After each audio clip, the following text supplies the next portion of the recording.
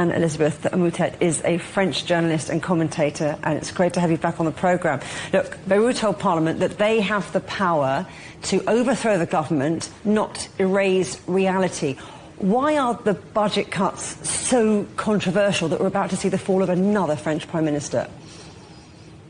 The budget cuts are controversial because people feel that they are targeted, and that the first ones who agree to something are the ones who are going to suffer most. The great piece of expense that has costed so much to French society is the cost of pensions. We have a pay-as-you-go system which worked very well in 1946 when it was created, because you had 8 people working paying for one single pensioner, but nowadays it's more like one-on-one, and of course it is unsustainable. In decades now, the French have refused to for the pension age to rise. The French have sort of demonstrated in the streets violently when they were told that pensions would not be indexed on inflation anymore, so they still are. And in general, the cost of social levies is almost impossible to change. So that's a big point. That's almost 40% of the French budget. And then the government is addicted to a number of subsidies to almost anything in the country. And all of this is organized by agencies that the government doesn't quite control. More than 1,000 different agencies, and for the green economy, for French industry, for farmers, etc. And everybody feels that they're being targeted themselves. It's lasted for a very long time. It has killed many prime ministers. The first one to go like that was Alain Juppé, Chirac's first prime minister in 1995. There's nothing new, but the debt has gone much higher.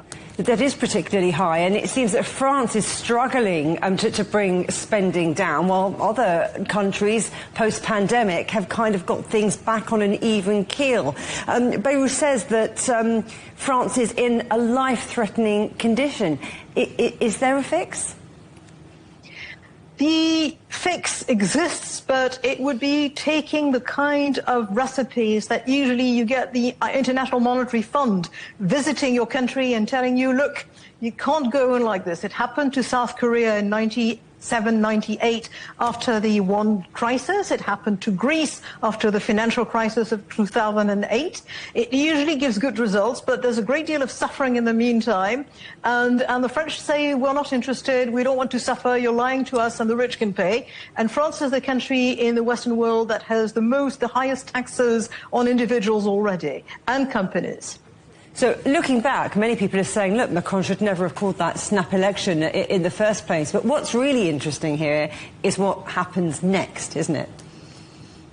What happens next is going to be interesting, because Macron, unless he decides to resign, and he's being called to resign by people he doesn't like, so he won't, he's in power for another almost 2 years.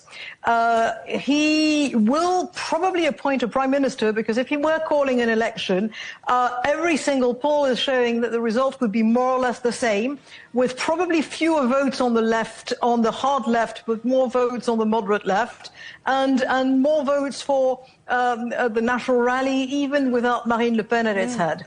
So all of this is a situation where he can't win.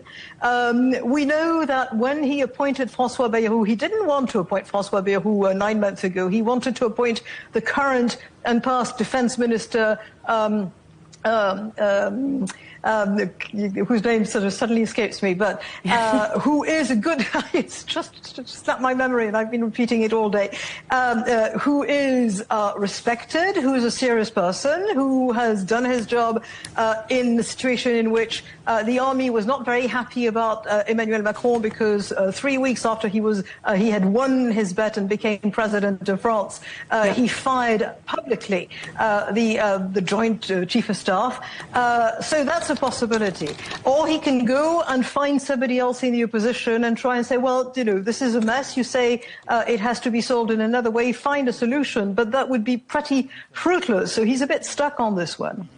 Anne-Elisabeth Moutet, unfortunately, we have to leave it there, but it's always great talking to you. Thank you for your insight.